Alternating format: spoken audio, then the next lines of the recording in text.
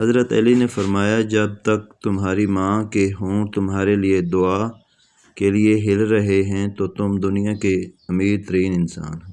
حضرت علی نے فرمایا، محنت کا پھل اور مسئلے کا حل رب دے گا، یہ مت سوچو کب دے گا، جب دے گا بے حساب دے گا۔ اس سوچ کے ساتھ زندگی میں آگے بڑھو کہ اللہ نے یقیناً بہترین ہی سوچا ہوگا۔ 3 لوگ ہمیشہ پریشان رہتے ہیں: مددگار، وفادار اور دل کے صاف۔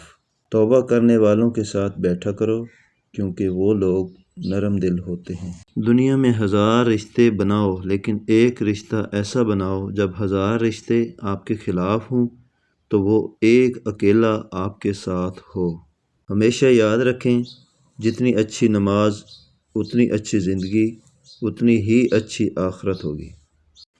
جب کوئی امید نہ ہو تو اور زیادہ اللہ سے مانگو کیونکہ معاوضے اللہ کی شان ہیں۔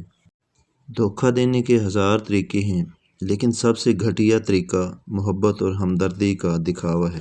جب تمہیں ذکر الہی سن کر اچھا لگنے لگے تو جان لو کہ اللہ کو تم سے اور تمہیں اللہ سے محبت ہو گئی ہے۔ ہزاروں لوگوں میں سے اس ایک کو عزیز رکھو جو تمہاری غیر موجودگی میں بھی تمہاری عزت پر کوئی داغ برداشت نہیں کر سکتا۔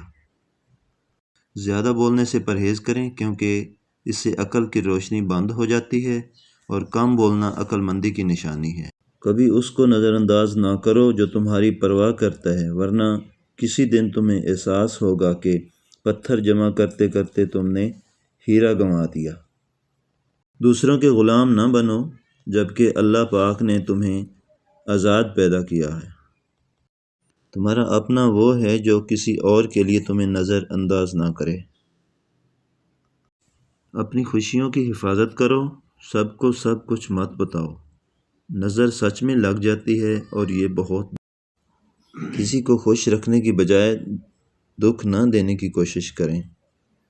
2 اعمال ایسے ہیں جن کا ثواب کبھی تولا نہیں جا سکتا، ایک معاف کرنا اور دوسرا انصاف کرنا۔ محبت کا اصل حقدار تو تمہارا رب ہے، بس تم اپنے رب کے آگے جھکو، وہ کسی اور کے آگے تمہیں جھکنے نہیں دے گا۔ تم دنیا میں ہر شخص سے جیت سکتے ہو مگر اس سے کبھی نہیں جیت سکتے جو تمہارے لیے جان بوجھ کے ہار جائے۔